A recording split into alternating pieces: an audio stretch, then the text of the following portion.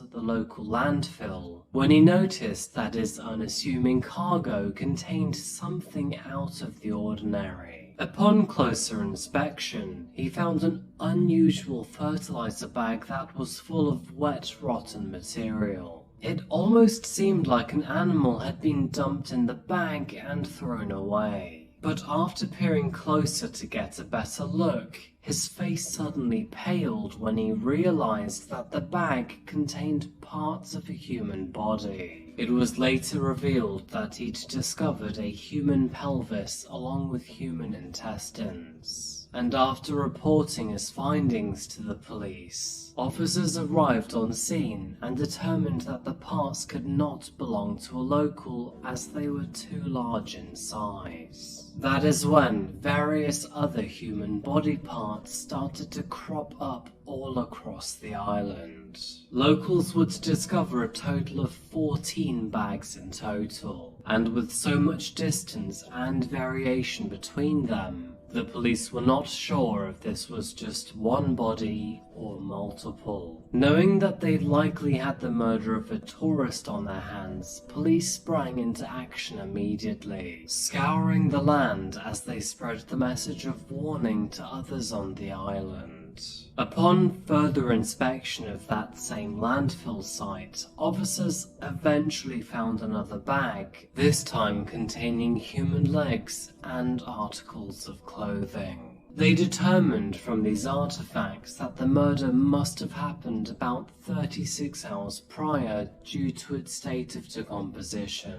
And after DNA testing, forensic experts would eventually conclude that the body belonged to a man named Edwin Arrieta Artiga. But who precisely was Edwin? Why was he deceased and dismembered in front of them? And where was the rest of him?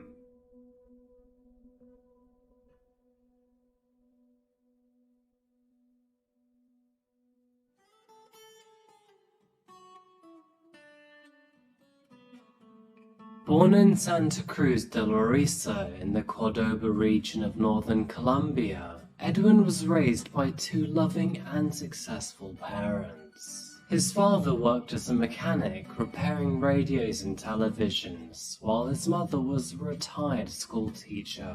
Both his mother and his father were respected members of their communities, working to educate and support their friends and family around them. Despite living separately, Edwin's mother would often visit him and his father. That was until she sadly passed away at the age of 44. With dreams of moving abroad and working as a surgeon, Edwin studied hard at university to acquire his medical training.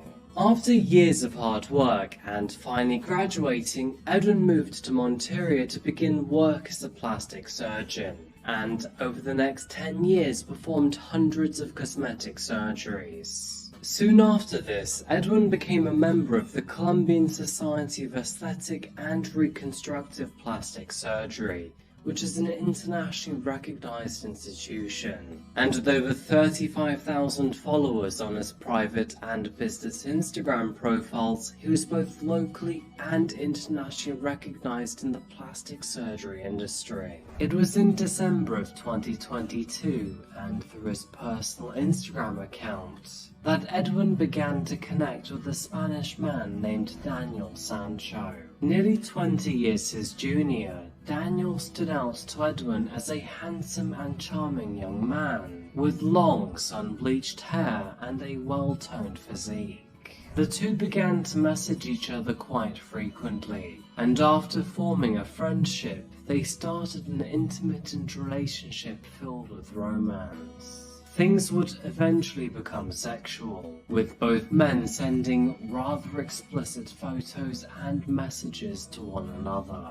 As the months passed by, Edwin's relationship with Daniel progressed from casual to serious. He allegedly began to give Daniel large sums of money to keep him happy, which included a credit card to use as he desired, along with over $10,000 to help kickstart his own restaurant. More on that in just a moment. Despite their secret love affair, Edwin began to think about a committed life with Daniel outside of Colombia. And according to a close friend, he aspired to open 2 clinics in Spain, one each in the large cities of Barcelona and Madrid, where the 2 lovers would live. Before moving to Spain though, Daniel invited him to the beautiful country of Thailand. He wanted to spend some intimate time with his partner, away from both of their busy schedules. Now Edwin loved to travel the world, and with such a healthy bank account, this never really was a problem for him. In fact, he often left Colombia for a change in scenery and culture. Going on holiday was a great way to see Daniel secretly, and Thailand seemed to be the perfect place for this. And so on August the 1st, 2023, the 2 met on the island of Koh Phangan. Daniel invited Edwin to celebrate one of the full moon parties, which, as we've already discussed, is a very pertinent thing to the island.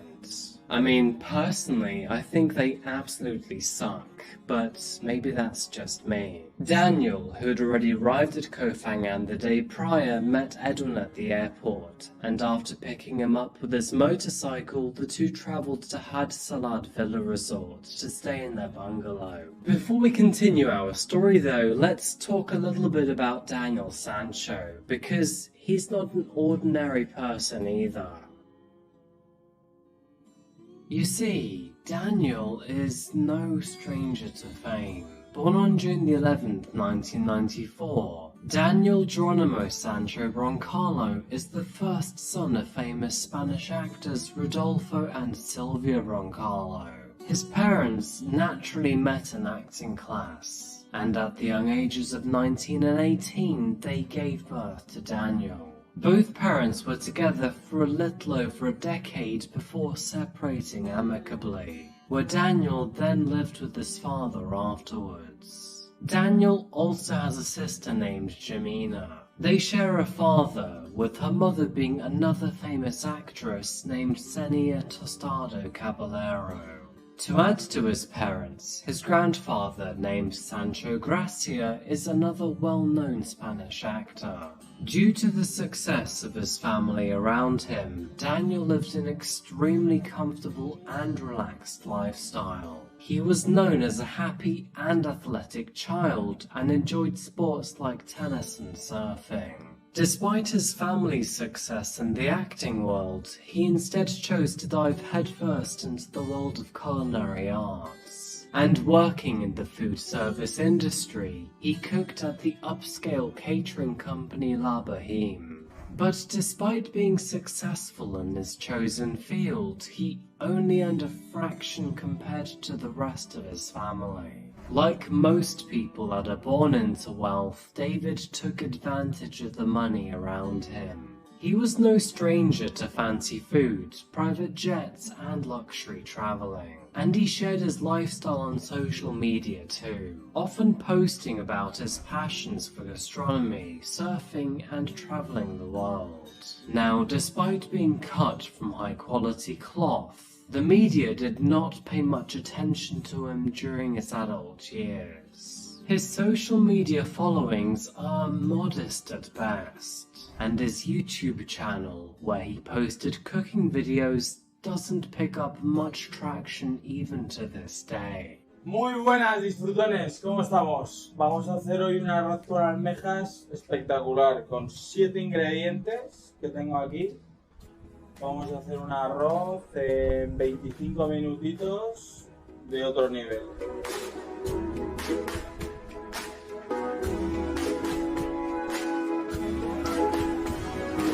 Bueno, es que ni siquiera le voy a poner todos. Ahí.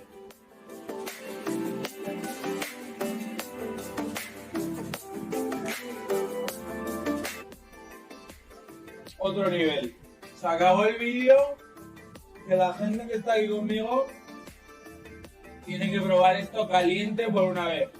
Así que suscribiros al canal, dar a like, dejad en los comentarios qué os ha parecido la receta, qué os molaría que hiciera. Y nada, nos vemos en el próximo vídeo. Hasta luego, disfrutones.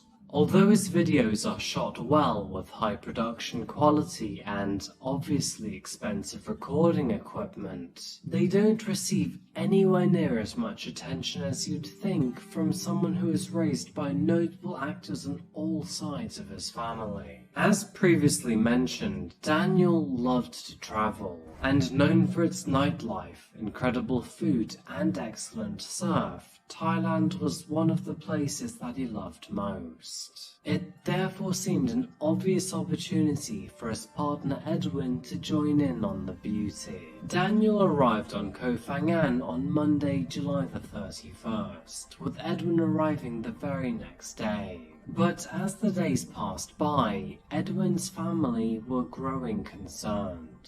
He had failed to message them ever since making it to the island, which was strange, as normally he always kept in touch. Already knowing about his relationship with Daniel, Edwin's sister reached out to him on Instagram and urged him to report her brother as missing to the authorities. Daniel reluctantly took her advice and made his way down to the station. But, unbeknownst to either of them at the time, parts of Edwin's body were now being discovered at multiple sites across the island. After arriving at the police station, officers noticed multiple scratches and cuts across Daniel's body. Now, this information looked naturally concerning, so officers made the decision to detain Daniel while they did their own private investigation at the bungalow.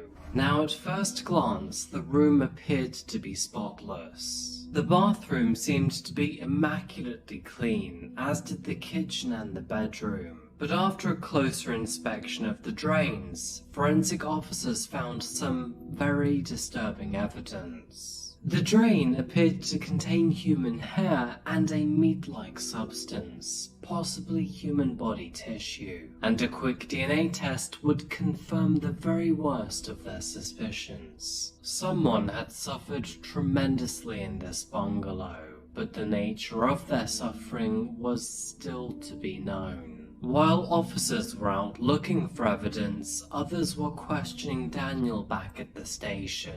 The young man would initially deny any involvement in Edwin's disappearance, but after being confronted with the evidence they had found, his story abruptly changed. According to Daniel, their holiday together began positively. Following a bike ride away from the airport, the two enjoyed themselves on the island.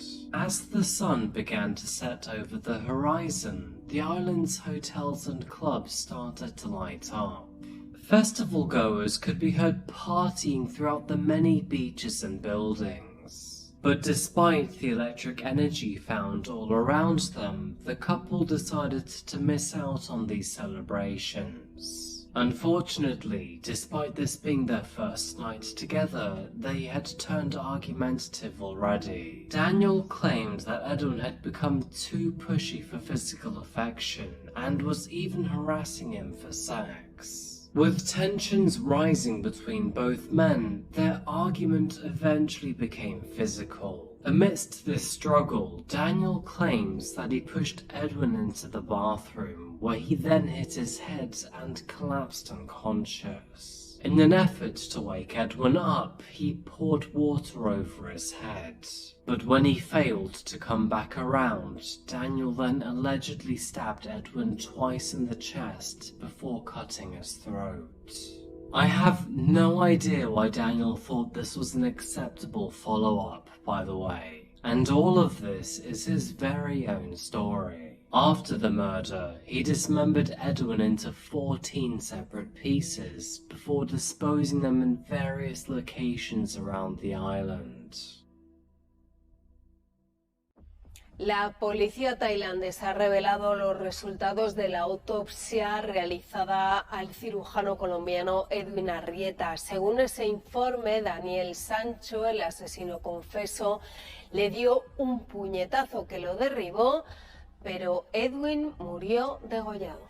Con estos resultados ya en la mesa de los investigadores se responde a una de las preguntas más importantes que había quedado en el aire, la causa concreta de la muerte. Y esa es, según el informe de la autopsia, que Daniel Sancho degolló a Edwin Arrieta. Además, con el contenido de la autopsia, ahora sí la policía tailandesa hace un relato cronológico de cómo creen que ocurrieron los hechos en la villa, el día del crimen. En primer lugar hubo una pelea entre ambos, después Daniel Sancho le dio un puñetazo a Edwin Arrieta, que se golpeó la cabeza contra el lavabo y cayó al suelo, pero en ese momento seguía con vida. Fue después, según el análisis forense, cuando Daniel Sancho le cortó el cuello y eso fue lo que acabó con su vida. El informe con estos últimos resultados de las investigaciones está previsto que se traslade a la Fiscalía tailandesa esta misma semana. This was done over a period of 24 hours, with some of these body parts making it into the ocean after renting a kayak to do so. Receipts at the rental store confirm that Daniel arrived shortly after 9 p.m. on August the 1st, visibly agitated and tense at the time. After being told that he couldn't rent a kayak so late in the day, he then used some of Daddy's money to offer $1,000 to buy it instead, to which a staff member accepted.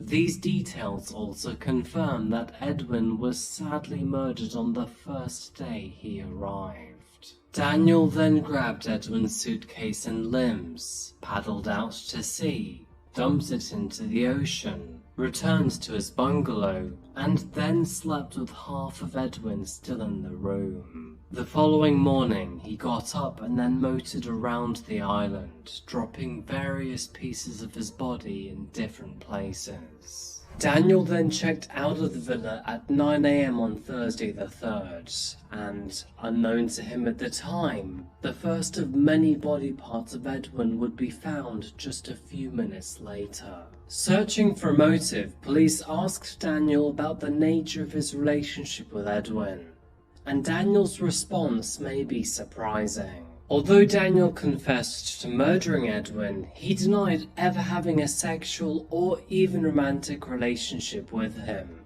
Apparently, Daniel was his hostage, which was fueled by obsession. Daniel further said, "He deceived me. He made me believe that what he wanted was to do business with me, to put money into the company in which I am a partner. But it was all lies. The only thing he wanted was me, for me to be his boyfriend. And every time I tried to get away from him, he would threaten me." Daniel also claimed that after several months of being in contact with Edwin, he tried multiple times to break up, all of which were unsuccessful. And according to the Thai press, multiple messages on Daniel's phone confirm that Edwin threatened to kill or blackmail Daniel if he tried to end the relationship. Daniel claims he disguised the trip to Thailand as a holiday for the pair when, in reality, he wanted to break up with Edwin. To add to this, he also denied being gay entirely and planned to marry a Spanish woman in the coming months. And this enraged Edwin. And so, the culmination of a terrible breakup, refusal of sex, and the discovery of his relationship with Laura supposedly resulted in the violent fight that ended in Edwin's untimely death.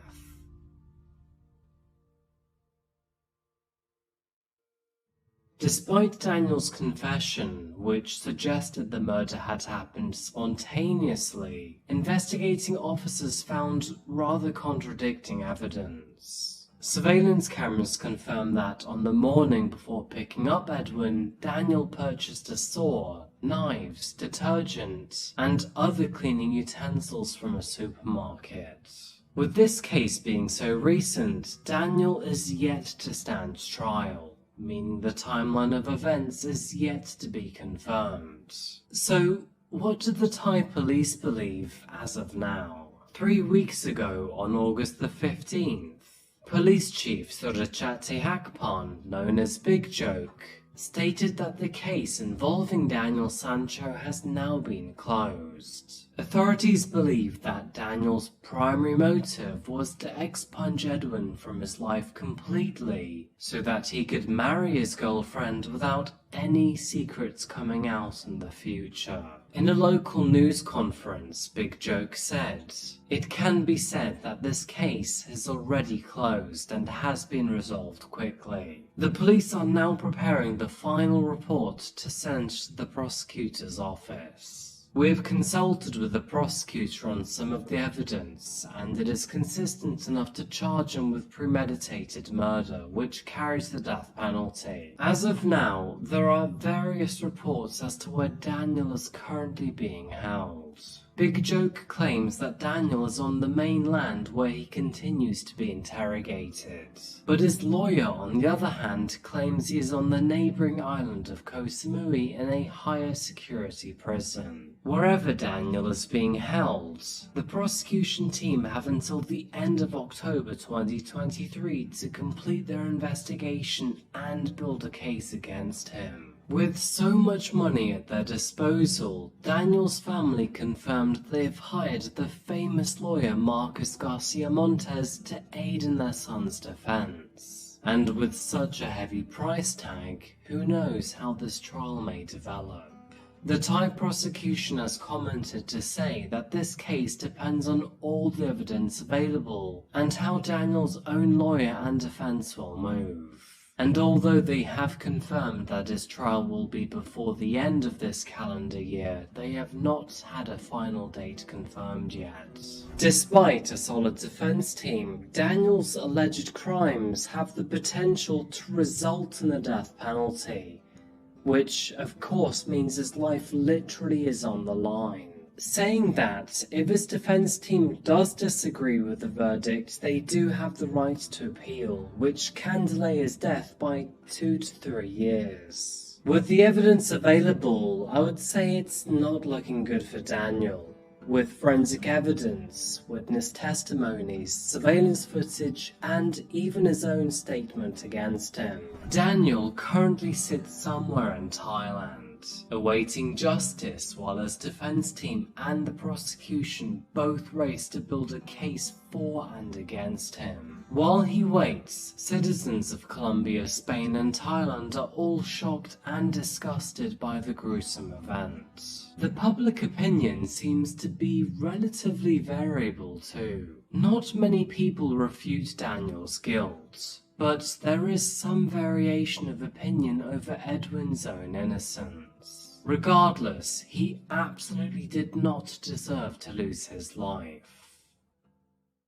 Fellow doctors, clients, friends and family across Colombia often come together to pay their respects to Edwin. Many claim that he was the best surgeon they'd ever worked with, as well as being a kind and professional man.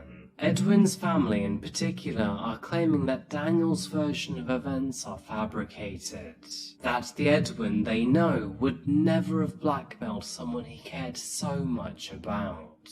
Daniel's family, on the other hand, are staying relatively tight-lipped about the situation. Concerningly, some of the Spanish media are trying to minimize the severity of this case, and shockingly are even empathizing with Daniel's actions. Of course, this event has reached the attention of international media, hence why I'm here telling you this sorry story today. People across the globe are waiting for Daniel's trial to begin, and as always, I'll be right here to tell you the outcome when a verdict is reached. But otherwise, yeah, I think that's pretty much the end of the story for now, folks. Thank you so much for watching, I really appreciate you being here. Before I go though, what do you think about this case? Do you think that Edwin's death was premeditated or just violently spontaneous? Please let me know down below.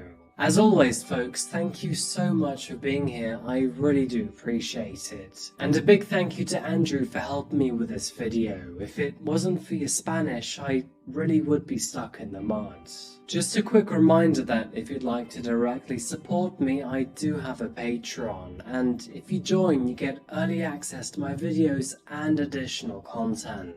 And also, if you like true crime and darkly fascinating stories, or simply just hate full moon parties, then please remember to subscribe. I do also have a bunch of social media profiles if you'd like to follow me, and you can find these right here. Anyway folks, that's the end of the video. Thank you again for watching, and as always, I'll see you again very soon for another video. Until that moment arrives though, remember to look after yourself, look after each other, drink more coffee, and above all else, stay safe. Thank you, and goodbye.